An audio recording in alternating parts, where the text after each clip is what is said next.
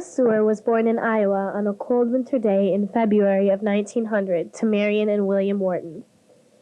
In 1910, Marion fled from Texas with her 3 children, Meridel, Mac, and Winston. She was escaping from her abusive husband. She went north to Oklahoma. William followed them there and tried to force them to come back, but they pushed farther north. Meridel grew up in an environment of mainly women. She was raised by the strong women in her life, primarily her mother Marion and grandmother Lucy Antoinette. By the time Meridel was in her early teens, she had met Helen Keller, Eugene Debs, Alexander Berkman, and Ella Bloor, all very important figures in women's history and the radical progressive history of our country. While living in Fort Scott, Kansas, in 1917, Meridel's mother Marion was married to Arthur Lesueur, both teachers at the People's College. Marion was a teacher and an orator, and Arthur in his later years was the mayor of Minot, North Dakota. They both worked very hard for equal rights and workers' rights, and were known as political activists. Through her parents, Meridel was exposed to radical political movements. In 1952, Meridel wrote Crusaders, a book about her parents. In Crusaders, she wrote, "My family came from all the great migrations. They came on the stinking boats after the famine of '48, the Black Irish following the farms west. Migration is the common experience of us all, of both my red and white fathers and mothers." In her mid-teens, Meridel attended school irregularly and dropped out in 9th grade. She then went to physical culture school in Chicago and later studied acting for a year in New York, where she lived in an anarchist commune with Emma Goldman and Alexander Berkman. Emma Goldman was an American anarchist who was known and respected throughout Europe and the United States. She was one of anarchism's most prominent figures. Meridel, Emma Goldman, and Grace Paley spent time together in Greenwich Village, a community in New York that was known for its radical politics. Meridel didn't like how they treated women in New York theaters, so she moved to California.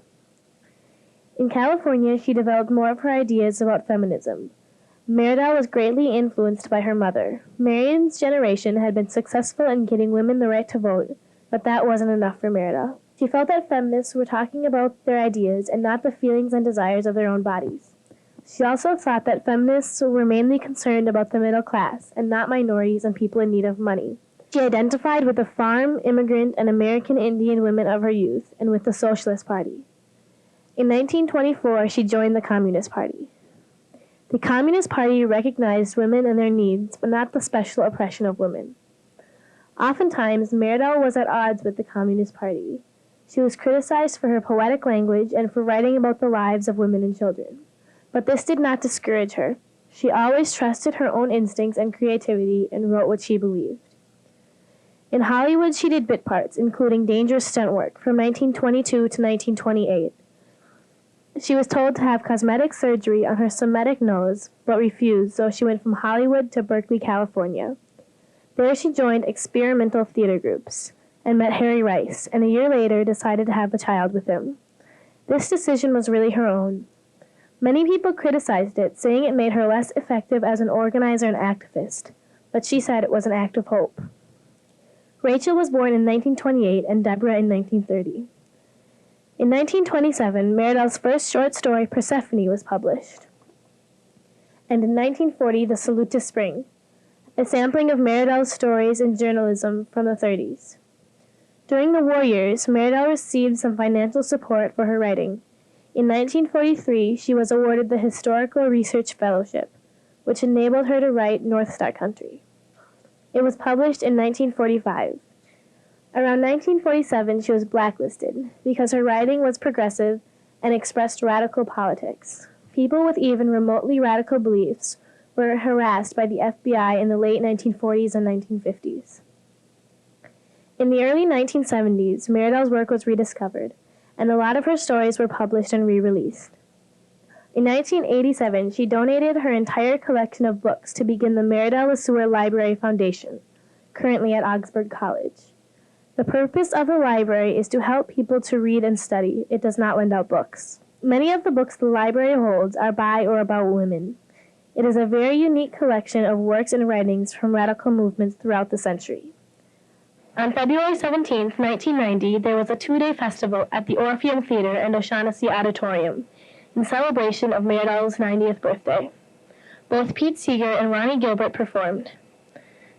Native American drummers and dancers performed, and a children's cantata was put together with great-grandchildren and friends to sing to Meridel. Barbara Tilsen sang Daughter Song, along with a slideshow by photographer Gayla Ellis. In late August of the summer of 1996, Meridel Lesueur was inducted into the Women's Hall of Fame in Iowa. The Women's Hall of Fame of Iowa is a celebration of women that were born in the state of Iowa and that strive to prevent injustice to women and to protect women's rights. The award was presented to one of Meridel Lesueur's great-granddaughters, Kimberly Rose Tilsen. She accepted the award on behalf of Lesueur. Due to hospitalization and deteriorating health, Lesueur could not attend.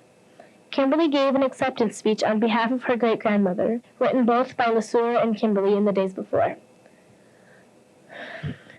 At Hudson Memorial Hospital in Hudson, Wisconsin, Meridel Lesueur passed away at 4:00 a.m. on November 14, 1996. Her family rushed to her bedside to find fresh writing sprawled across her chest and a pen still in her hand. She had been writing up until the moment she died. Family members gathered at the home of Rachel and Ken Tilsen, Meridel's daughter and son-in-law, where there was a private vigil for the family. Aunts, uncles, parents, grandparents, brothers, sisters, and cousins comforted each other, sharing feelings and memories of their beloved mother, grandmother, and great-grandmother. The casket was covered by a blanket and decorated with pictures and candles. Sage and sweetgrass were almost always burning for the 3 days up until the casket was carried away to be cremated. The memorial service was held on November 16, 1996, at the Weyerhaeuser Memorial Chapel in McAllister College in St. Paul, Minnesota. The service was more of a celebration of her life rather than a mourning of her death. The celebration was a collaboration of poetry, music, artwork, and Meridel's writings, read by family members and friends. A lot of people were affected by Meridel's writing. She made the world a better place by her courage, hope, and dedication to writing about people and their struggles to create a better future and build a better world. She combined journalism, poetry, and history in a way that made them come alive. Meridel Lesueur's life was filled with joy and sorrow. She changed the lives and touched the hearts of many people, and she will be greatly missed.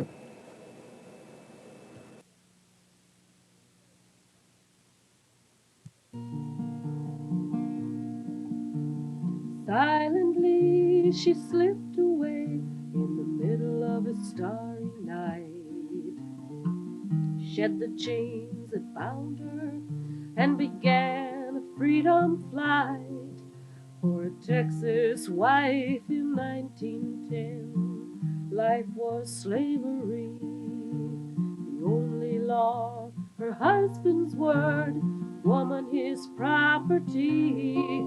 Wrapping midnight around her shoulders, 3 children in her hands. She was bound for Oklahoma, liberty's promised land. Like a tree, her roots went deep, holding, seeking, nourishing, like the spreading leaves. She embraced the sky, touching freedom.